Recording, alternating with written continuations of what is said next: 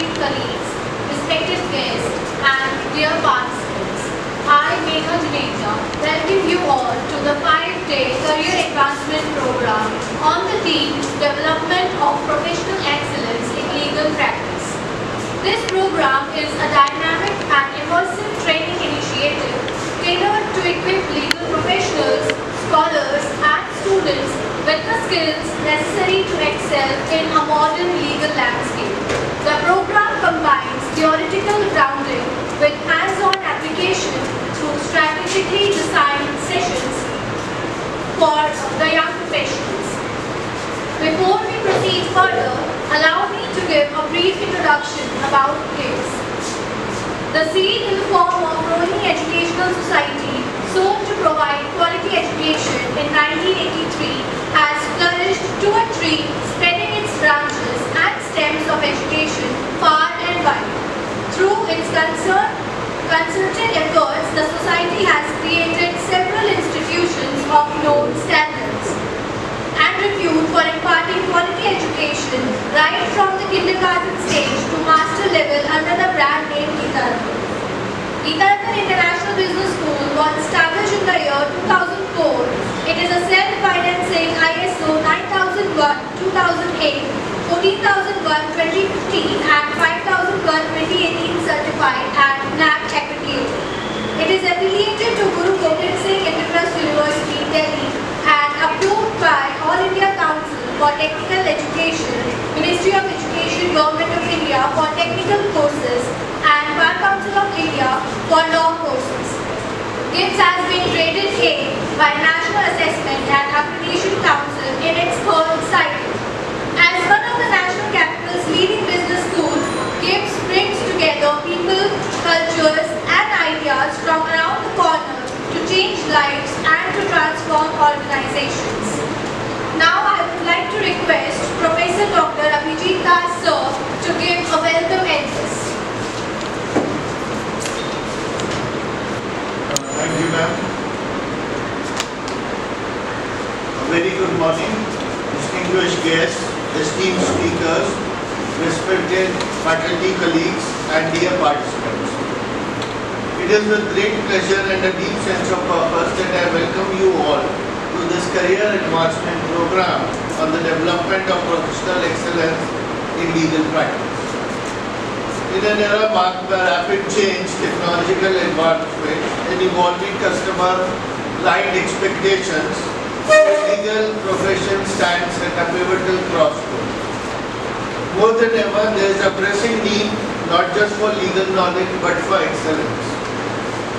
Excellence in ethics, excellence in communication, excellence in advocacy and excellence in research, and above all, excellence in professional conduct. This program has been designed to empower each of us with skills, insights and tools which are necessary to rise above the ordinary and embrace the extraordinary standards that define true legal professionals. Over the course of this initiative, we will explore critical themes such as legal innovation, courtroom advocacy, ethical responsibility, legal writing, and leadership within the profession. We are honored to be joined by some of the finest minds in the field, seasoned legal practitioners, scholars, and mentors who have graciously agreed to share their expertise and experience with us.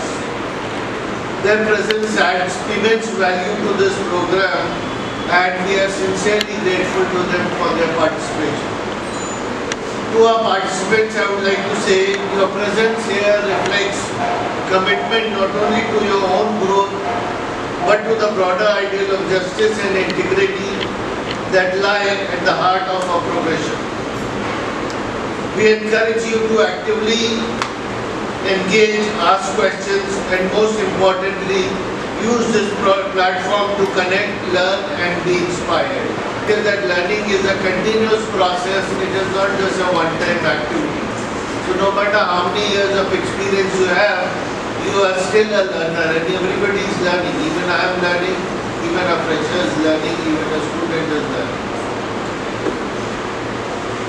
And in closing, let us remember that professional excellence is not a destination but a continuous journey.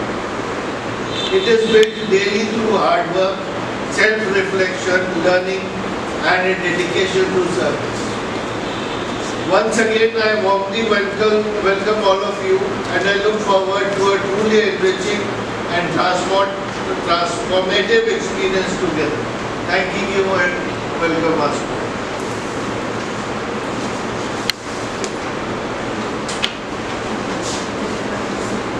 Thank you so much, sir. Now, let's begin with our program. For day 1, session 1, we have the topic of understanding the stages of criminal and civil trials, a step-by-step guide to legal proceedings, which is to be delivered by our resource person, Dr. Jyoti Gupta. Dr. Gupta has 4 years of professional experience. She has completed her PhD from MT Law School, Noida.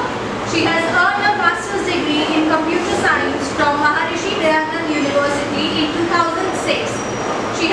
She has completed MBA in human resources from Sikkim Manipal University in 2012, a bachelor's degree in law in 2015, and a master's degree in law from Gangottias University in 2017. She has served as a senior computer teacher at Rukmini Devi Public School for 5 years. Additionally, she has been an external examiner for moot court exercises at Symbiosis Law School, Noida, and acted as a judge at ADR Tournament 2023 held at MIT University, Noida. Since October 2015, she has been practicing advocacy at the High Court and District Courts in New Delhi. Many research papers in various UGC listed journals and also presented them at national and international conferences. Now I would like to invite Dr. Abhijit Das sir for a green belt.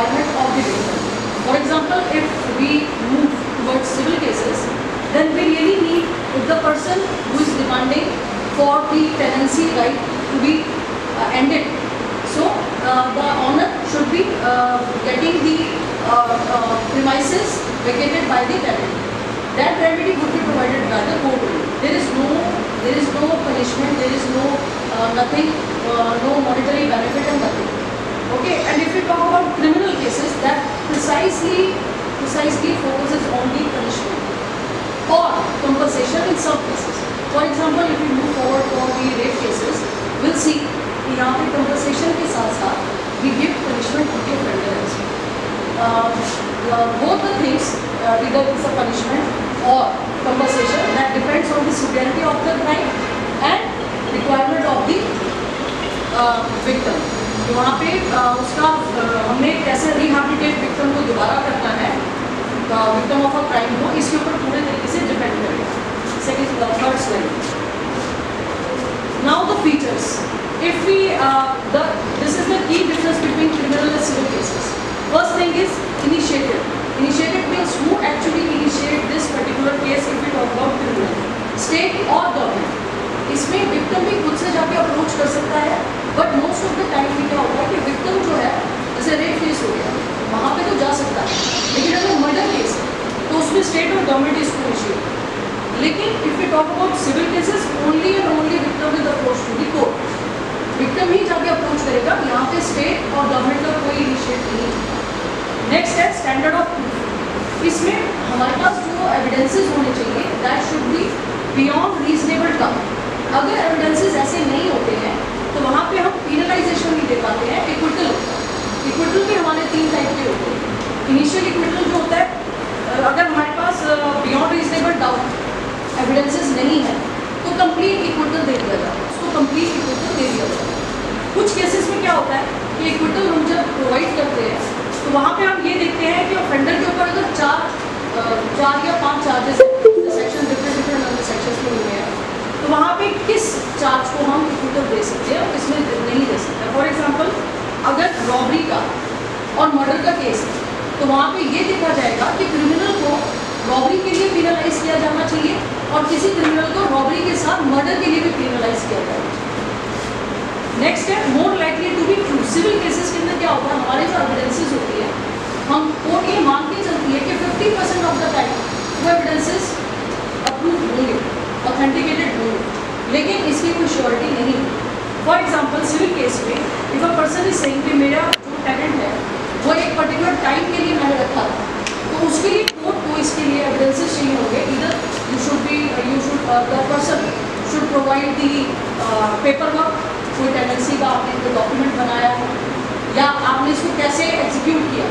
तो यहाँ पे हमें basically civil cases में हमें search करना पड़ता है evidences के लिए। नेक्स्ट,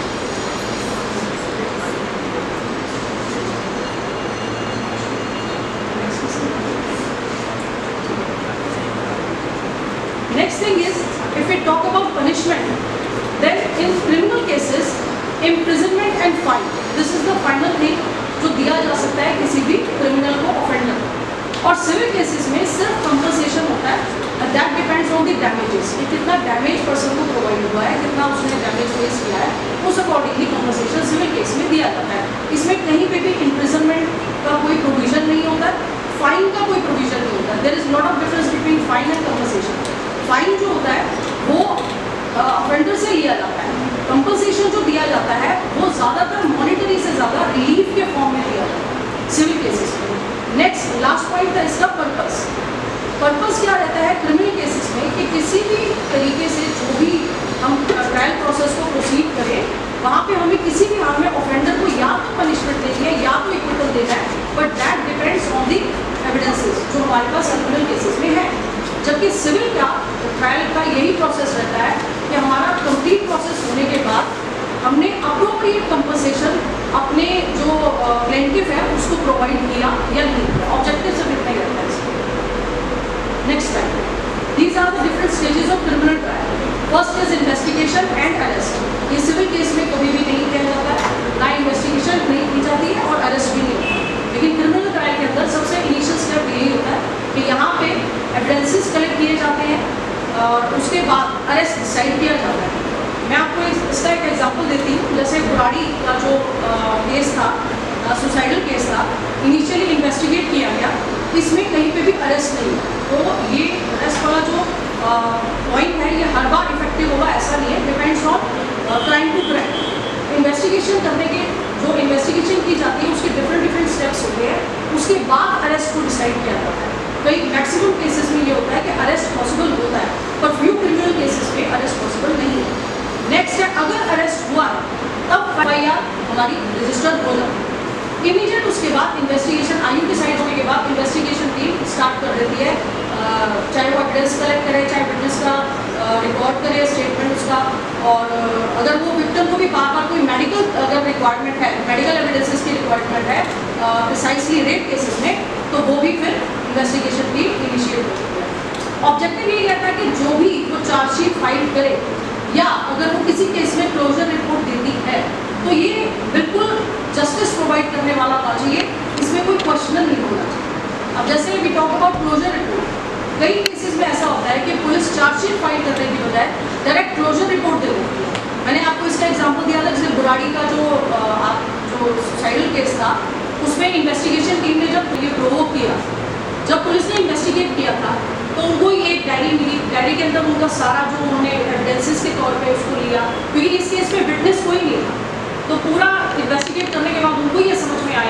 कि ये प्रिसाइजली किसी ने उनको प्रोवोक नहीं किया है और उनका सेल्फ ये डिसीजन था कि हम लोग इसी तरीके से सुसाइड कमिट करेंगे। तो यहाँ पे सीधी क्लोजर रिपोर्ट दी। क्लोजर रिपोर्ट और चार्जशीट ये इन्वेस्टिगेशन टीम का पार्ट होती है। लेकिन अगर किसी केस में क्लोजर रिपोर्ट दे दी गई है और जो प्रोसिक्यूशन है वो इससे या विक्टिम जो है वो अगर अलाइव है और वो इससे सेटिस्फाइड नहीं है तो उसका पूरा राइट है कि वो आगे कोर्ट में जाके डायरेक्टली अप्रोच करके पुलिस की इन्वेस्टिगेशन को चैलेंज कर सकते हैं। नेक्स्ट होता है जब पुलिस इन्वेस्टिगेट कर लेती है और चार्जशीट बना लेती है तब तो कोई क्वेश्चन ही नहीं होता। वहाँ पे क्या होता है कि फ्रेमिंग ऑफ चार्जेस स्टार्ट हो जाती है। तो कोर्ट में जब भी पुलिस आती है, इन्वेस्टिगेशन टीम आती है इनिशियली अपने सेक्शंस को लेके, क्राइम के एविडेंसेस को लेके, तो वहाँ पे post prima facie initial evidences क्या थे जिसके बिहाफ पे इन्वेस्टिगेशन टीम ने इस तरीके से क्राइम को इलाबोरेट किया और अक्यूज को अरेस्ट किया। नेक्स्ट होता है जो भी चार्जेस है वो हमारे आईपीसी या बीएनएस के हिसाब से डिसाइड किए। नेक्स्ट स्टेप होता है प्रोसिक्यूशन एविडेंसेस। यहाँ पे क्या होता है कि जो विटनेस होता है उसको एग्जामिन किया जाता है और ये एग्जामिन कौन करता है? जो प्लेंटिफ होता है, जो विक्टिम की तरफ से होता है, प्रोसिक्यूशन वही इसको एग्जामिन करता है और वो समझाता है कि ये विटनेस था इस क्राइम का, यहाँ पे मैं खड़ा था, मैंने देखा कि ऐसे रोड रेज हुई है और इस पर्सन ने इसको ग्रीवियसली हर्ट किया। तो वहाँ पे विटनेस अपना प्रोसिक्यूशन खुद ही अपना विटनेस प्रोवाइड करता है जिसका कि बाद में एग्जामिनेशन किया जाता है या क्रॉस एग्जामिन भी बाद में किया जाता है। डिफेंस लॉयर उसको क्रॉस एग्जामिन करके ये मेकआउट करता है कि जो भी विटनेस ने जो भी अपने स्टेटमेंट रिकॉर्ड करवाया है वो कितना ऑथेंटिकेटेड है।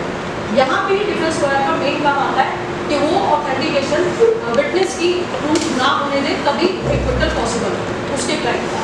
नेक्स्ट होता है कि हम डॉक्यूमेंट्री या मटेरियल एविडेंसेस को भी सबमिट करते हैं for as it is a part of evidences कि हम भी डॉक्यूमेंट्स है, जो भी मटेरियल है, मेडिकल एग्जामिनेशन है अगर, तो वो सारा हम एक उस पर फाइल में कलेक्ट करते हैं। Next defence evidences. अब यहाँ पे डिफेंस एविडेंसेस देना वो अक्यूज जो भी जिसको भी ब्लेम किया गया है फॉर एनी पर्टिकुलर क्राइम, वहाँ पे ये प्रूफ करने का डिफेंस लॉयर का ऑब्जेक्टिव रहता है कि या तो वो पर्सन वहाँ प्रेजेंट नहीं था या उसकी वर्जन उस क्राइम को कमिट करने की नहीं थी। उस समय डिफेंस लॉयर का ऑब्जेक्टिव यही रहता है कि अगर जैसे मान लीजिए रोड रेज का केस है तो उसका ऑब्जेक्टिव यही रहेगा कि क्रिमिनलाइजेशन ना हो। लेकिन अगर यही केस रेप का है और उसमें एविडेंसेस हैं तो वहाँ पे डिफेंस लॉयर का ऑब्जेक्टिव यही रहता है कि मिनिमम पनिशमेंट प्रोवाइड की जाए। नेक्स्ट विटनेस एंड डॉक्यूमेंट्स को भी प्रोड्यूस करता है। अगर उसके पक्ष में भी कोई विटनेस है रोड रेज के केस में, अगर उसके पास कोई जैसे कार से अगर एक्सीडेंट हुआ है तो कार के बोनट के ऊपर फ्रंट साइड पे कैमरा इंस्टॉल किया जाता है आजकल। उसका ऑब्जेक्टिव यही रहता है कि सामने से अगर कोई गलती होती है तो जो ड्राइवर है उसके पास एक प्रूफ रहे कि मेरी कितनी मिस्टेक है। तो अब अगर वो डॉक्यूमेंट उसके पास है, वो इलेक्ट्रॉनिक एविडेंस उसके पास है तो अपने लिए कोर्ट से मर्जी ले सकता है। नेक्स्ट है कि डिफेंस लॉयर को मोस्ट ऑफ द टाइम में ये किसी भी तरह का एविडेंस देना मैंडेट नहीं है, कोई डॉक्यूमेंट देना मैंडेट नहीं है। फॉर एग्जांपल अगर रेप का केस है तो वहाँ पे वो कोई डॉक्यूमेंट ही दे। पॉक्सो का केस है कोई डॉक्यूमेंट प्रोवाइड नहीं करेगा। मर्डर का केस है तो उसको कोई डॉक्यूमेंट देना नहीं है, लेकिन हाँ अगर उसके पास कोई ट्रेन की टिकट है जिसमें वो ये शो कर रहा है कि that particular day I was not present at the place of a crime, then it's a different thing. लेकिन हर बार ये मैंडेशन नहीं है डिफेंस लॉयर के लिए, लेकिन प्रोसिक्यूशन के लिए ये मैंडेट। नेक्स्ट लास्ट में यही होता है कि फाइनल आर्गूमेंट्स दे दिए जाते हैं, जजमेंट दे दी जाती है कि जो भी केस जज के सामने आया है पूरा आर्गूमेंट्स दोनों डिफेंस और प्रोसिक्यूशन को प्रॉपर्ली सुनने के बाद या तो कन्विक्शन हो जाएगी जिसमें कि सेंटेंस हियरिंग फिर अलग से चलती है कि कन्विक्शन डिसाइडेड है पर्सन की कि इसने ये क्राइम कमिट किया है अक्यूज ने, तो अब ये अक्यूज नहीं है ऑफेंडर है। हाँ we will talk about next point is sentence hearing. अब इसकी सेंटेंस हियरिंग स्टार्ट होगी कि इस क्राइम के लिए इसको कितना सेंटेंस दिया जाता है और अगर इक्विटल है तो टाइप ऑफ इक्विटल जिसमें आपको पहले इक्विटल है, पार्शियल इक्विटल है या acquittal from a particular section है, ये उसके ऊपर डिपेंड करता है। इसमें दो पॉइंट्स बहुत इंपॉर्टेंट है कि जैसे अगर victim most of the crimes में सिवियरिटी ऑफ क्राइम्स में कॉग्निजेंट क्राइम्स में स्टेट या गवर्नमेंट इनिशिएट लेती है, लेकिन अगर ऐसा है कि विक्टिम खुद अप्रोच कर रहा है पुलिस ऑफिसर को और वो केस रजिस्टर करने से मना कर देता है तो हमारे पास कौन सा सेक्शन है CRPC का पर्टिकुलरली उस पुलिस स्टेशन में बैठे हुए उस टीम के लिए जो या तो डायरी एंट्री करते हैं या फिर FIR करते हैं। इट्स वेरी इंपॉर्टेंट पॉइंट, क्योंकि ज़्यादातर लोगों को ये नहीं पता होता है कि हम जब थाने में जाते हैं तो वहाँ पे स्टार्टिंग में हर थाने में एक डेस्क अवेलेबल है जिसमें मे आई हेल्प यू लिखा हुआ होता है, और वहाँ पे जाके ही हमें अपनी रिपोर्ट फाइल करनी होती है। रिपोर्ट फाइलिंग का प्रोसीजर ये होता है कि जैसे अगर क्रिमिनल केस है तो यहाँ पे मेडिकल अपना कराना सबसे ज़्यादा इंपॉर्टेंट है, जो कि पुलिस वाले हमेशा अवॉइड करते हैं। तो जो अभी यहाँ पे आयु कोई अपॉइंटेड नहीं है कि आप किसको बोलोगे कि ये आयु है, ये पर्टिकुलर पर्सन मेरे सारे प्रोसीजर्स को कंप्लीट करे, तो भी जो वहाँ पे पर्सन बैठा है और किसी के ड्रेस के ऊपर एक नेम टैग होता है उसको ले, और वहाँ से ही आप अपना मतलब अपने प्रोसीजर को स्टार्ट करवा सकते हैं, क्योंकि स्टार्टिंग में वही पर्सन फर्स्ट पर्सन होता है जो आपकी रिपोर्ट को या तो फाइल करेगा या तो रिजेक्ट करेगा। नेक्स्ट 156 CRPC का और 175 BNSS का, ये SP के अगेंस्ट में होगा। अगर पुलिस वाले ने मना किया है हमारी फाइल को रजिस्टर करने के लिए, हमारी कंप्लेंट को रजिस्टर करने के लिए या डायरी एंट्री करने के लिए, तो we have all the rights to move directly to the court. लेकिन फिर हम उसमें जो सेक्शन यूज करेंगे दैट इज 173 सबसेक्शन 3 BNSS के साथ, क्योंकि हम एक पुलिस ऑफिसर के अगेंस्ट में कर रहे हैं। लेकिन हम ज़्यादातर कोशिश करते हैं हमारे केसेस में, क्रिमिनल केसेस में, कि हम SP के अगेंस्ट में FIR करें। क्यों? क्योंकि ये लोग हमें SP से भी नहीं मिलने देते हैं।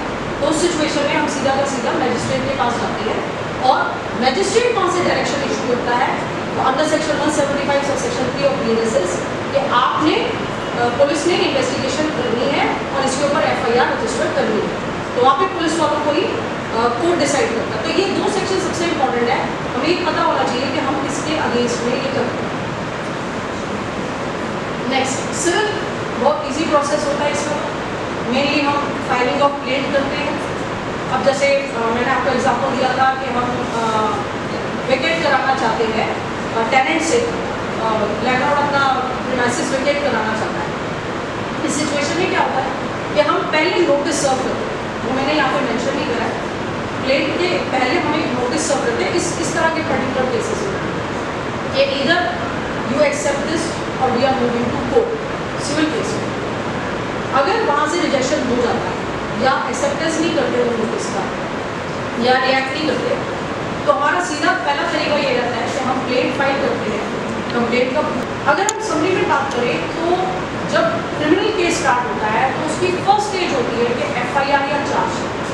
लेकिन सिविल की जो फर्स्ट स्टेज है वो या तो नोटिस है, इनिशियली नोटिस है, फिर प्लेन है और उसके रिस्पॉन्स में रिटन स्टेटमेंट। नेक्स्ट अगर चलते हैं एविडेंसेस पे, तो स्टेट हमेशा अपने एविडेंसेस प्रोवाइड करती है। जो प्लेन होती है, जो विक्टिम होता है या स्टेट गवर्नमेंट होगी, प्रोसिक्यूटर पब्लिक प्रोसिक्यूटर होता है, वो प्रोवाइड करता है प्रॉपरली कंप्लीट एविडेंसेस जो बियॉन्ड रीजनेबल डाउट होती है। तब डिफेंस अपने आर्गूमेंट्स प्रिपेयर करके वहाँ पे या तो चीफ करेगा या तो उसको डिफेंस करेगा, क्रॉस एग्जामिन करेगा, तब ये नेक्स्ट प्रोसेस होता है। लेकिन अगर सिविल की बात करें, जैसे नोटिस दिया, नोटिस के बाद पर्सन ने अगर रिस्पॉन्स नहीं दिया तो विल फाइल द प्लेन हम फाइल कर देंगे और वहाँ पे उसको सम्मन प्रोवाइड करेंगे। सम्मन हम 2-3 तरीके से प्रोवाइड कर सकते हैं, या तो पोस्ट ऑफिस से उसके घर पे एड्रेस पे दे सकते हैं, और दूसरा हम आजकल व्हाट्सएप पे भी दे सकते हैं। जब प्लेन फाइल हो जाती है या जब सम्मन अगर पहुँच जाते हैं तो कोई प्रॉब्लम ही नहीं हुई है, फिर वो अप्रोप्रिएट रहता है, उसमें कोई प्रॉब्लम नहीं रहती। लेकिन अगर प्लेन रिसीव नहीं हुई है या सम्मन रिसीव नहीं हुई है तो उस सिचुएशन में हमें एक पब्लिकेशन करानी पड़ती है न्यूज़पेपर में कि हम ये पर्टिकुलर केस इस पर्टिकुलर प्रीमाइसेस के लिए वेकेशन के लिए, टेंडेंसी वेकेशन के लिए हम कोर्ट में अप्रोच कर चुके हैं। तो with in this time limit 15-30 days, that depends कि आप अपने जो अपोनेंट है उसको कितना टाइम देना चाहते हैं। इनिशियली या प्रिसाइजली हम लोग कोर्ट के अंदर 30 डेज ज़रूर करते हैं ताकि सामने वाले के पास प्रॉपर टाइम हो अपनी रिटर्न स्टेटमेंट फाइल करने का। अगर उसने उस पर्टिकुलर टाइम में रिटर्न स्टेटमेंट फाइल नहीं करी तो वह एक्स पार्टी होगा। एक्स पार्टी के केस में जो जिसने प्लेन फाइल करी है केस उसी के पक्ष में चला और लास्ट में डिफेंडेंट इसमें भी होता है। जजमेंट की अगर बात करें तो क्रिमिनल केसेस में या तो कन्विक्शन होती है या तो एक्विटल होती है, और सिविल केसेस के अंदर डिग्री दी जाती है, जजमेंट दिया जाता है विद रेमेडीज। मैं अपना एक एक्सपीरियंस यहाँ पे शेयर करती हूँ कि मेरा टेंडेंसी का केस था, वहाँ पे हाई कोर्ट में जब हमने अप्रोच किया तो जो मेरे अपोनेंट वकील थे, डिफेंडेंट वकील थे, उन्होंने ये रिक्वेस्ट करी कि as a tenant I need some time to payment this particular shop. My question to the high court was what remedy my client is getting. The reason was already close from last 10 to 15 years. तो वहाँ पे वो मेरे को vacate करने के लिए 2 महीने मांगते थे, मेरी को एग्जीक्यूशन फाइल दोबारा करने के लिए फोर्स किया. तो इसीलिए मैंने वहाँ पे जब हाई कोर्ट में इसका आर्गूमेंट दिया था तो हाई कोर्ट ने उनको टाइम दे दिया था 1 month का, और मेरे ऊपर से स्टे हटा दिया, मेरी एग्जीक्यूशन से स्टे हटा दिया. तो 1 month का टाइम लेके भी वकील साहब को कुछ फायदा नहीं हुआ. एट दैट मैंने ही उसका एग्जीक्यूशन किया और मैंने उनसे पहले वो चाबियाँ ले ली अपनी शॉप. तो this is the basic difference between civil and criminal cases. I hope I tried my best. Although criminal cases को मैं ज़्यादा अच्छा ट्रायल एक्सप्लेन कर सकती हूँ. Reason is I am a criminal lawyer. Thank you. Any questions?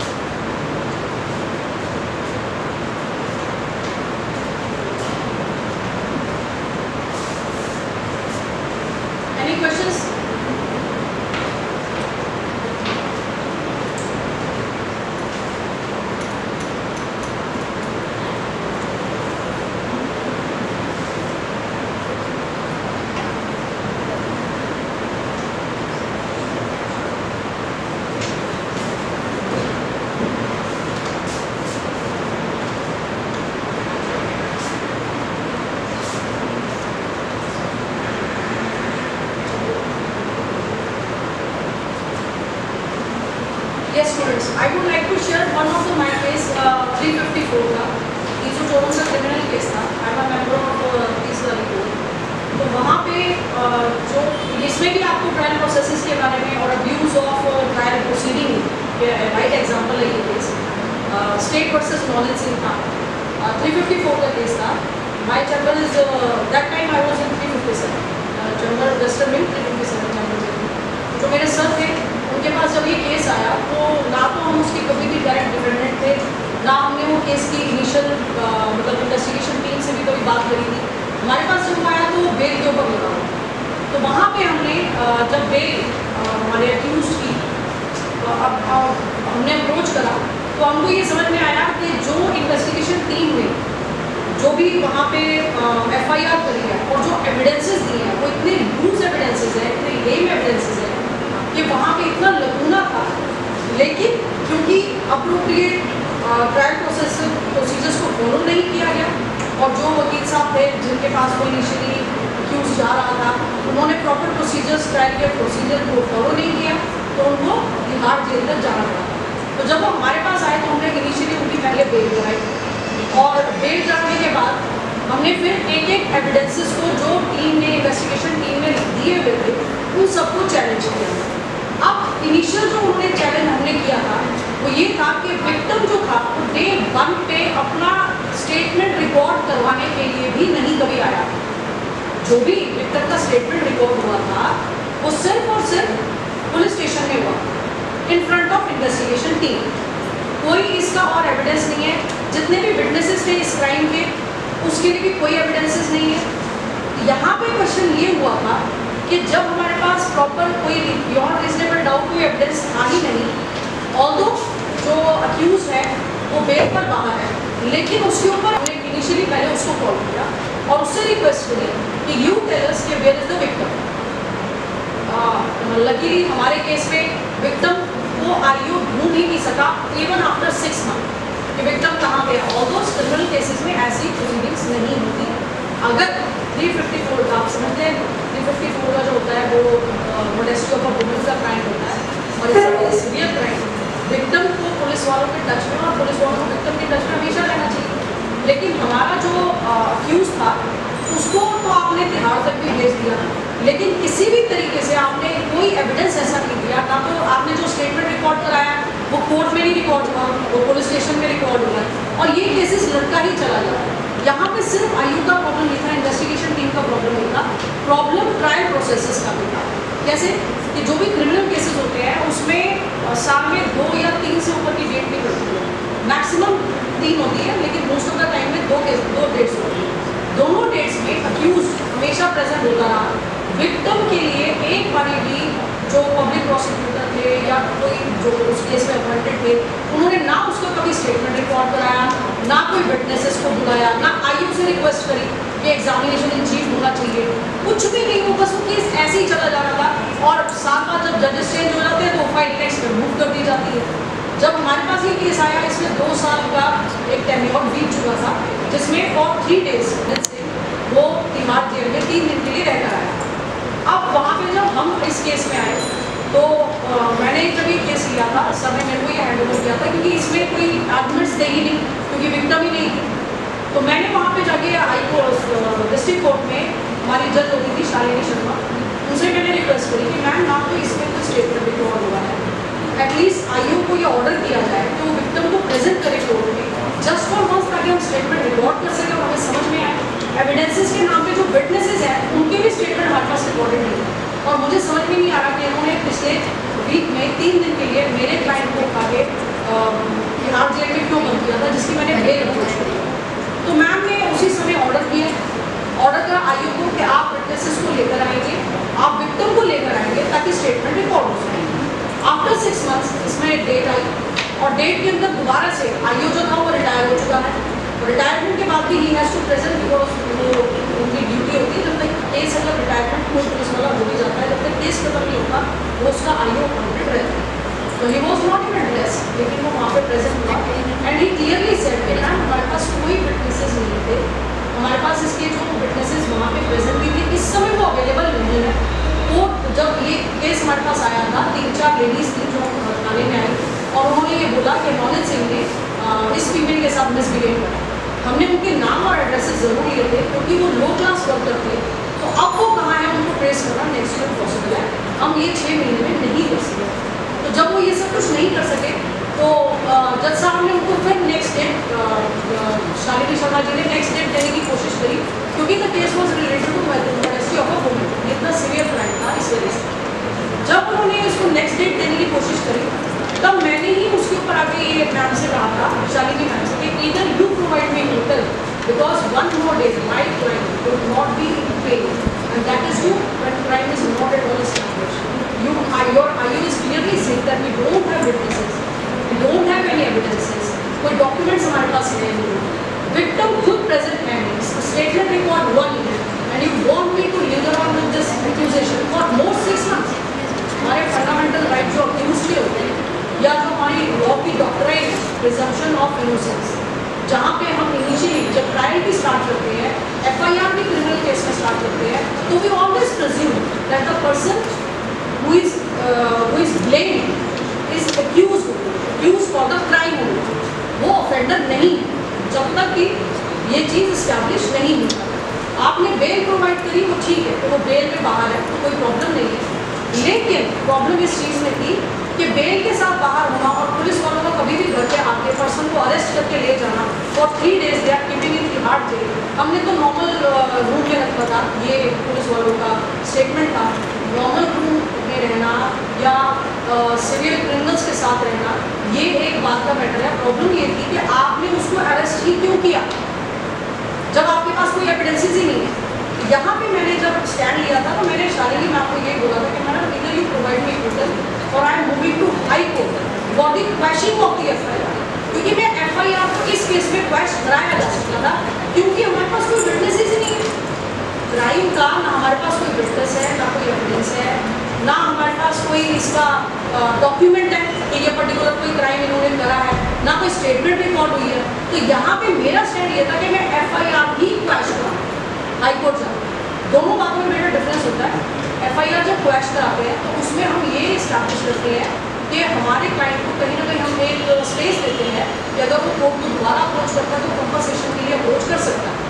Secondly वो defamation के लिए अप्रोच कर सकता है कि पुलिस ने मेरा टाइम और क्योंकि इन्वेस्टिगेशन टीम ने एविडेंसेस कलेक्ट नहीं किए और कोर्ट के अंदर कोई चीज़ अगर इस्टेब्लिश नहीं होती स्पेशल क्रिमिनल केसेस में, तो जो हमारी डॉक्ट्राइन है, प्रिजम्पशन ऑफ इनोसेंस, वो हमेशा बेनिफिट ऑफ डाउट दे जाती है डिफेंस लॉयर और केस जीतते ही।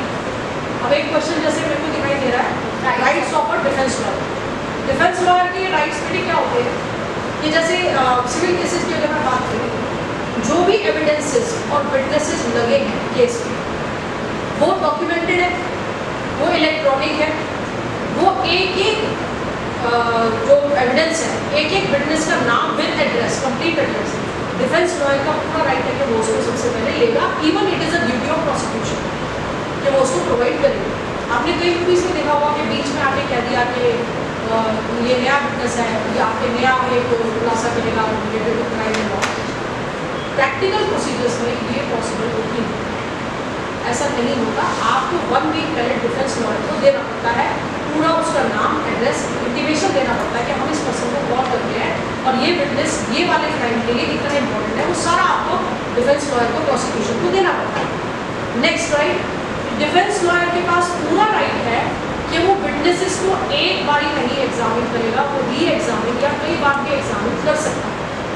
ठीक है। थर्ड उसका राइट है कि वो अपने जो उसका अपना क्लाइंट है उसके लिए बेल, एक मतलब जैसे अगर आप इसका केस लेते हैं आसाराम का, यहाँ पे बहुत हद तक जो डिफेंस लॉयर था उसने बेल का कोशिश करी है। इसमें सिंघवी साहब भी रहे, ठीक है, और मनीष सालवे को भी एक दिन आना था। और तो ये बात अलग है कि उनको जब केस की सिवियरिटी समझ में आई उस केस में आई, क्योंकि पॉक्सो का केस था और बच्ची जो थी वो अपने स्टेटमेंट पे बिल्कुल स्ट्रॉन्ग कि ये मेरे साथ हुआ और उसके एविडेंसेस भी उनके रूप में मिले हैं। बच्ची ने सब बताया कि अंदर मुझे यहाँ पे ये पड़ा था, ऐसा था, ऐसा था, और मेडिसिन भी जो आसाराम लेते थे वो सारा डिस्क्लोज भी हुए। तो यहाँ पे एक बेल प्रोवाइड नहीं करवा सके थे, लेकिन जनरली डिफेंस लॉयर का बेसिक राइट होता है कि जैसे ट्रायल प्रोसेस स्टार्ट हो वो बेल के लिए कोर्ट को अप्रोच हो। ठीक है। इसके बाद जो नेक्स्ट राइट होता है डिफेंस लॉयर का कि जैसे क्लोजर रिपोर्ट जब आती है, जो भी स्टेट ने या CBI ने, इन्वेस्टिगेशन टीम ने जो भी क्लोजर रिपोर्ट दी उसको वो चैलेंज कर सकता है अगर वो उसके अगेंस्ट में है तो। फर्स्ट। सेकंड, जो भी उसका कोर्ट का जजमेंट है उसको चैलेंज करने का राइट डिफेंस लॉयर के पास। एनी अदर क्वेश्चन बेटा?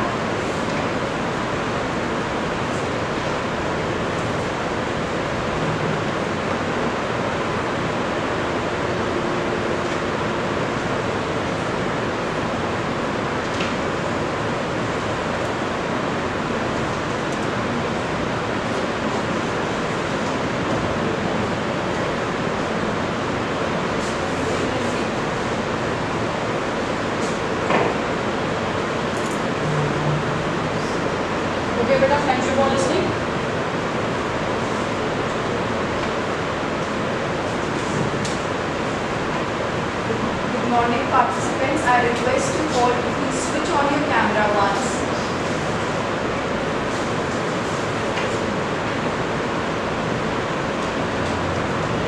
I request everyone to please switch on your cameras once for the picture.